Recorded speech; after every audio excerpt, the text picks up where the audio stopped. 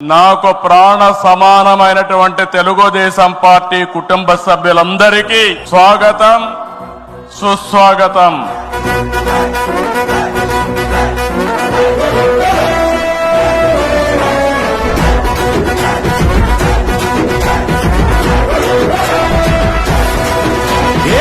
ప్రతిపక్షంలో ఉన్న అధికారంలో ఉన్న మహానాడు అంటే అదే జోరు, అదే హోరు. నిప్పులపై నడిపించరని ఆవేశం, కిడికిలిలో పట్టరా పిడుగుల శబ్దం, దారులకే నేర్పరా దాచిన యుద్ధం. పట్టర నువ్వు పట్టు మహానాడు బాట పట్టు, కట్టర నువ్వు కట్టు పసుపు జెండా జట్టు.